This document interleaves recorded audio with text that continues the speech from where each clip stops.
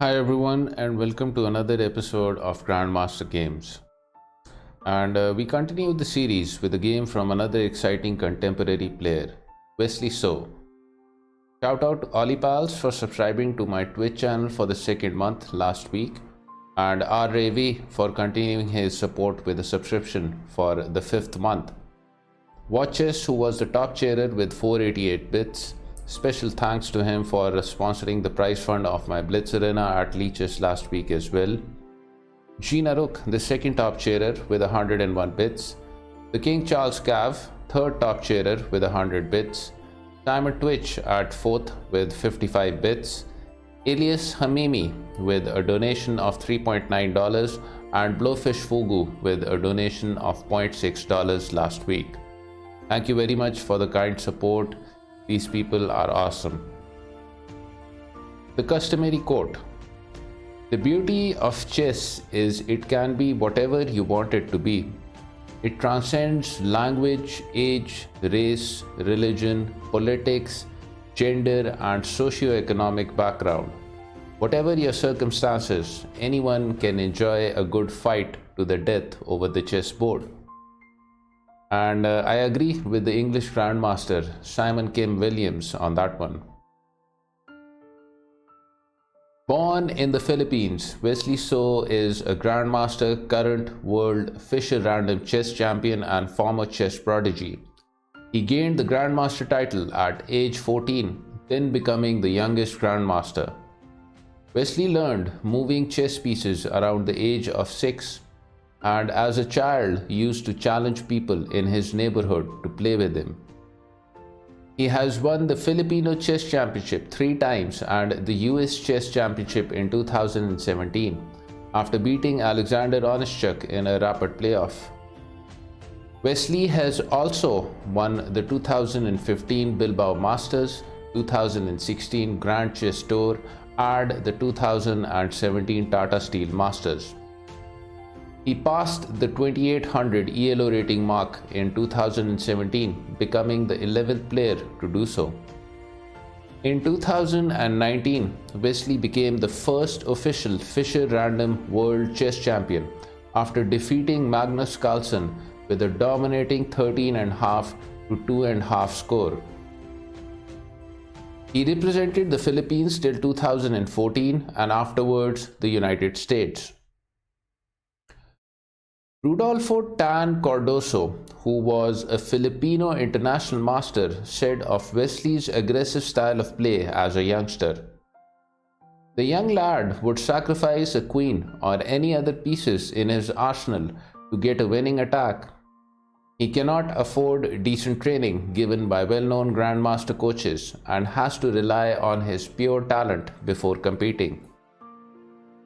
When asked in a recent interview regarding learning the game of chess while growing up, Wesley said, "I learned chess when I was 7 or 8. A lot of people played on every corner of the neighborhood I lived in. You see, chess is very popular in the Philippines because in third world countries, chess is the poor man's game. Rich people play tennis, polo and golf, while poor people play chess because you don't need anything, no uniform, no field or courts. Children don't need money to play chess. People make the pieces out of bottle caps or whatever materials they have." So every week I would cut out newspaper clippings about famous Grandmaster games, study them, and then I'd go from street to street with a makeshift board, challenging anyone who knew how to play. Now, the 8th Bilbao Masters final was held in Bilbao, Spain from 26th October to 1st November 2015. The tournament used Sofia chess rules, which forbid agreed draws before 30 moves. And the lineup for the final included Anish Giri of Netherlands, Wesley So of USA, Vishy Anand of India and Ding Liren of China. And you can see a picture of them together in the video as well. Wesley won the event after tie-break games with Anish Giri. This was game 2 of the event in round 1.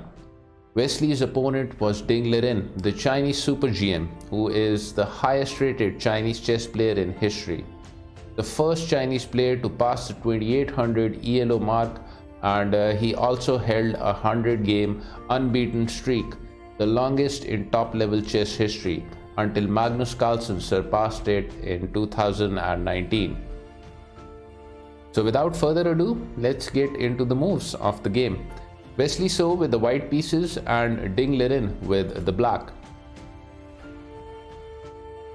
And Wesley began the game with d4 and Ding responded knight f6, c4, g6, and with knight c3 we have the king's Indian defense, an opening which was considered dubious until the mid-1930s, but later gained more respect and popularity through the analysis and play of certain Soviet players, including Alexander Konstantinopolsky, I hope I pronounced that correctly, Isaac Boleslavsky, that one too, and David Bronstein, that was easier. The King's Indian is a hypermodern opening where black deliberately allows white control of the center with pawns, with the aim of challenging it later with moves such as e5 or c5.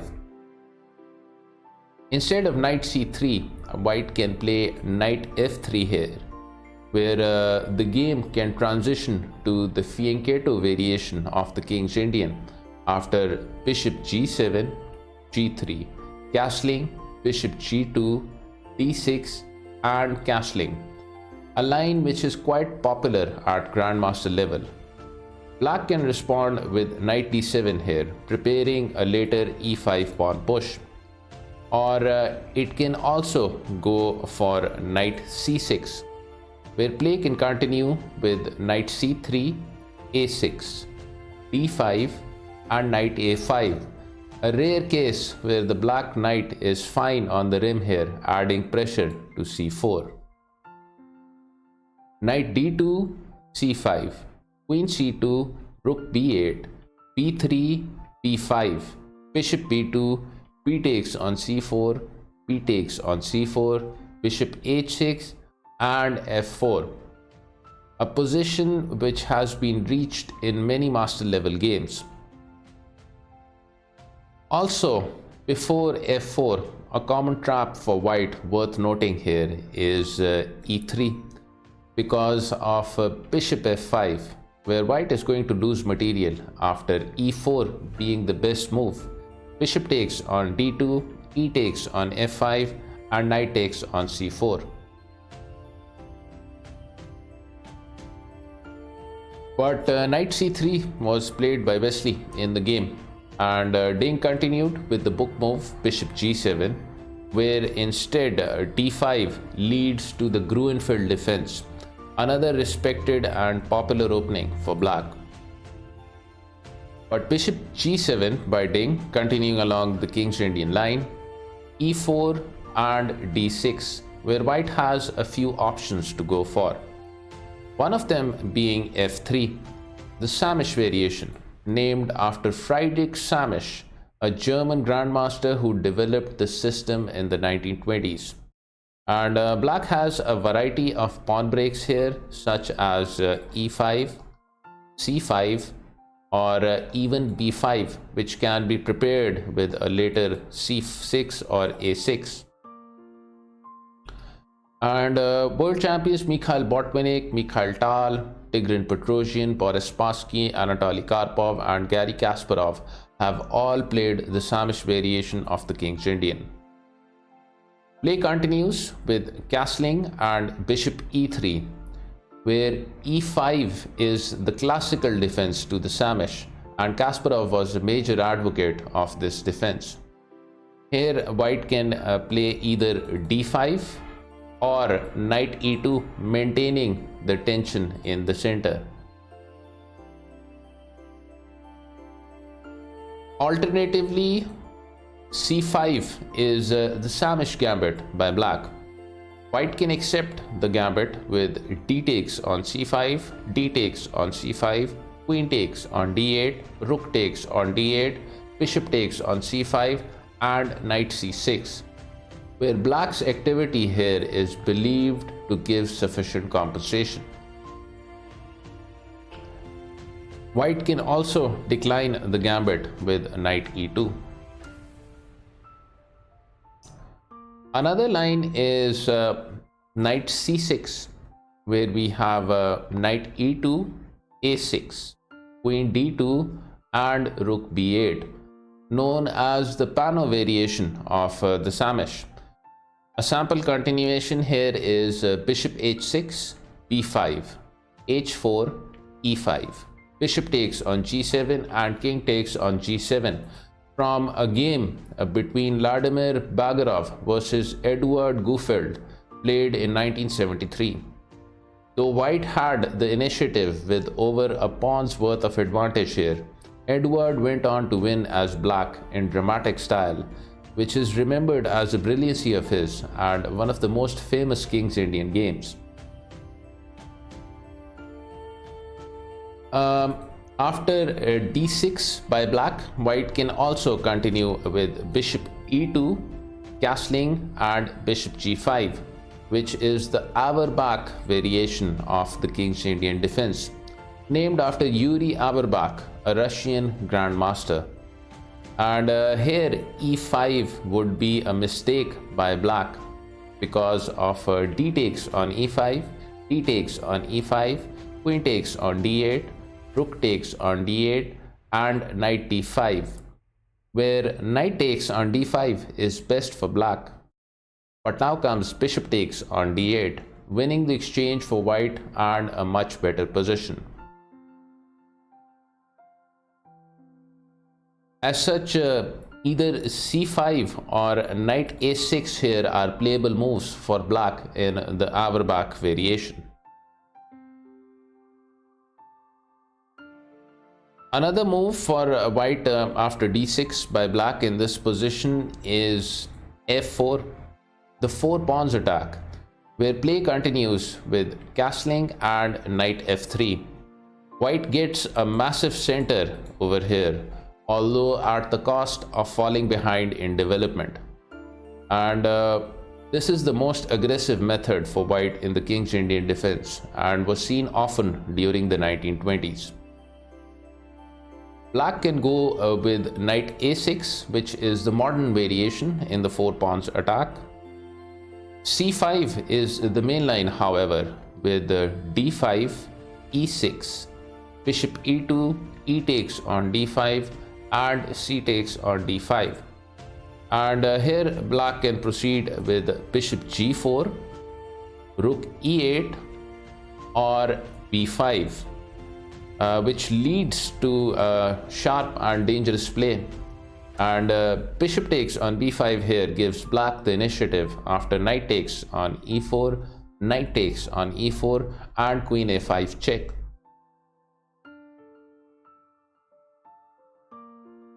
But in the game, Wesley continued along the classical line with knight f3, castling by Ding, bishop e2 and e5, which is the classical variation of the King's Indian defense. And play continued in the main line with castling and knight c6, where it should be noted that knight d7 instead by black is the old main line in the classical variation of the King's Indian defense and is playable but less common in modern times. So knight c6 by Ding and d5 by Wesley, attacking the freshly developed knight. As such, knight e7 and now knight e1 by white. Also playable for white here is knight d2 or b4, which is the bayonet attack introduced by Victor Korchnoi in the 1970s. But knight e1 by Wesley and now knight d7 by black, preparing the f5 pawn thrust. And in this position, black typically attacks on the king side, whereas white does the same from the queen side. Play then continued with bishop e3, f5, f3, f4, bishop f2, g5, rook c1 and knight g6.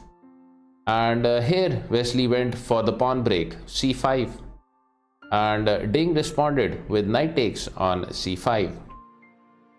D takes on c5 here instead gives white the advantage, and white can continue now with b4.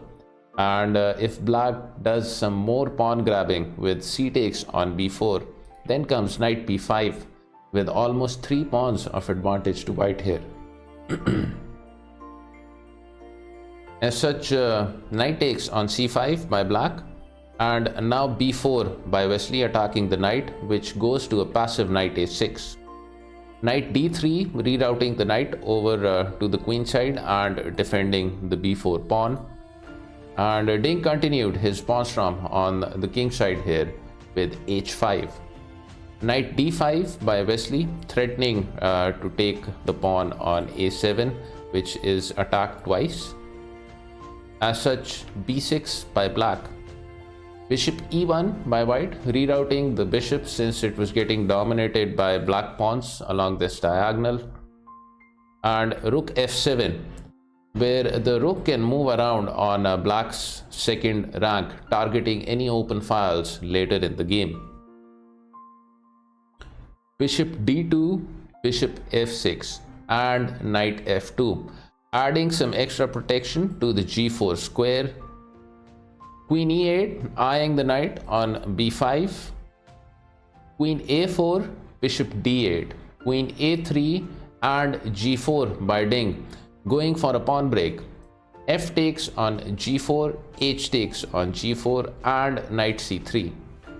And you can't take the g4 pawn as white here with the bishop takes on g4, otherwise you drop the knight to queen takes on b5. As such, knight c3 by Wesley, and now a piece sacrifice with knight takes on b4 by Ding. The move recommended by Stockfish here is knight b8 instead, but it does not do much for black since the knight is very passive there. As such, Ding chose a more active line, gaining a tempo with a positional piece sacrifice. And also noteworthy is the attractive looking g3 over here does not work for black after h takes on g3, f takes on g3 and knight h1 with over 2 pawns of advantage to white.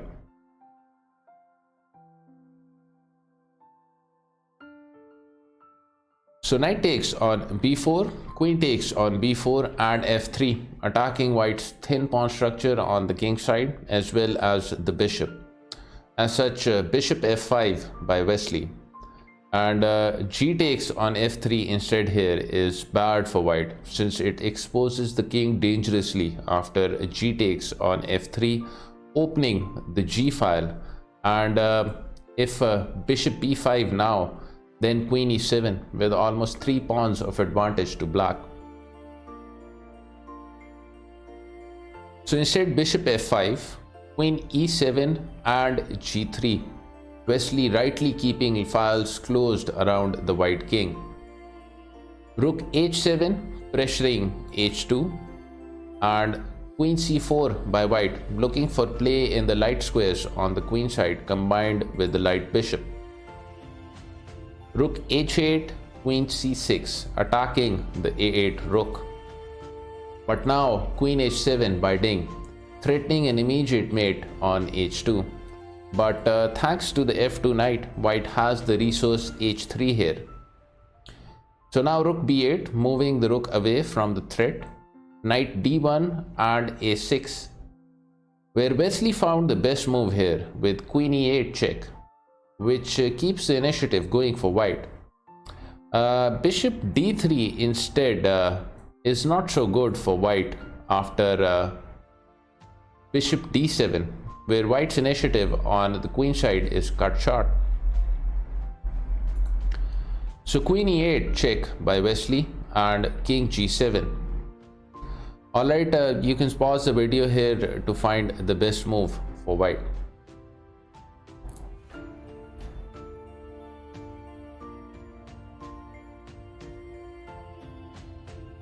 Queen takes on d8 is the only good move for white here, allowing the queen to fall after rook takes on d8. But now comes rook takes on c7 check, which was the point of sacrificing the queen for the bishop guarding black's c7 pawn.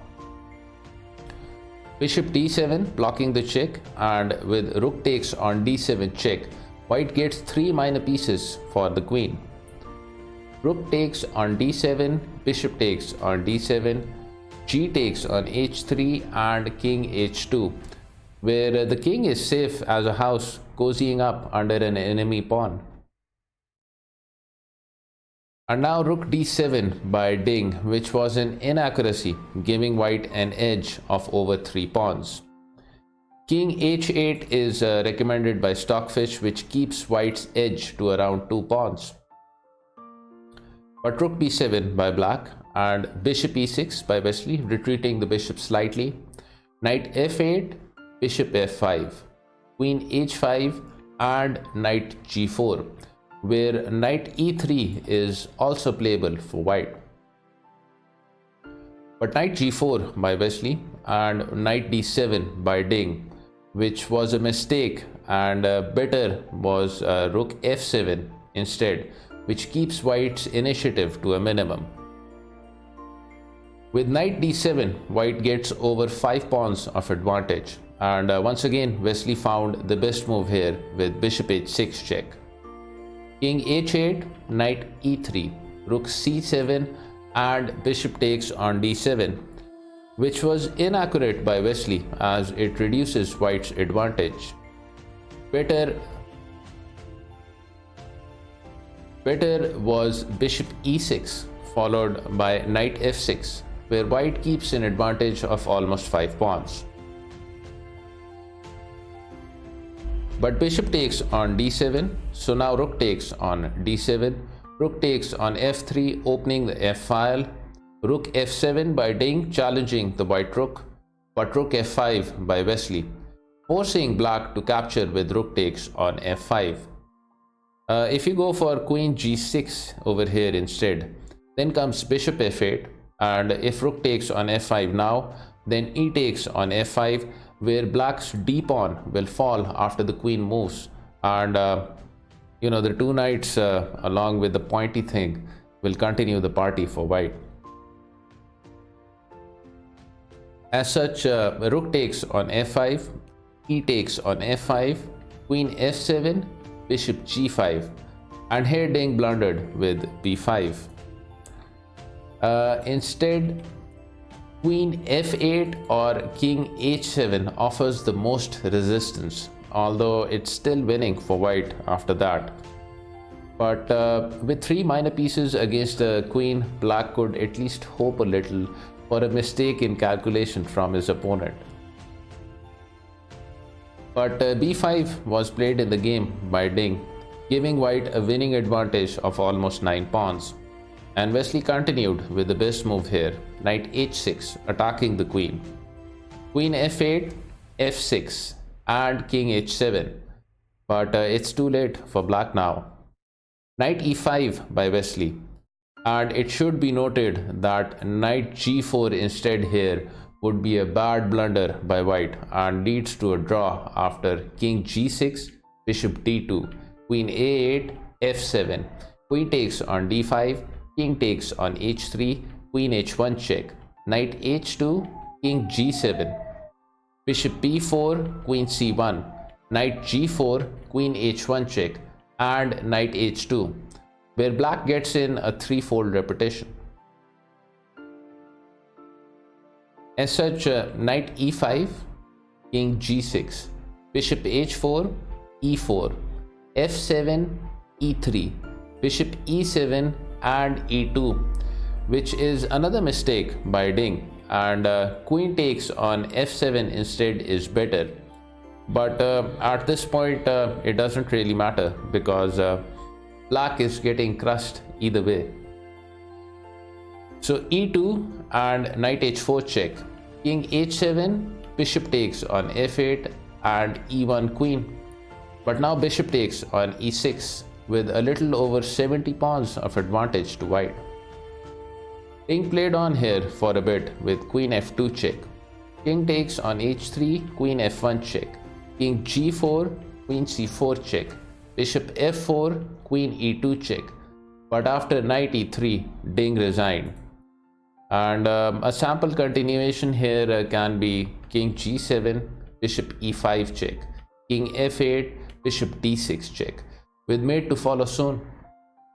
So there we go, an exciting game by Wesley So against a strong opponent, featuring a queen sacrifice and a play with 3 minor pieces against the black queen in the end game.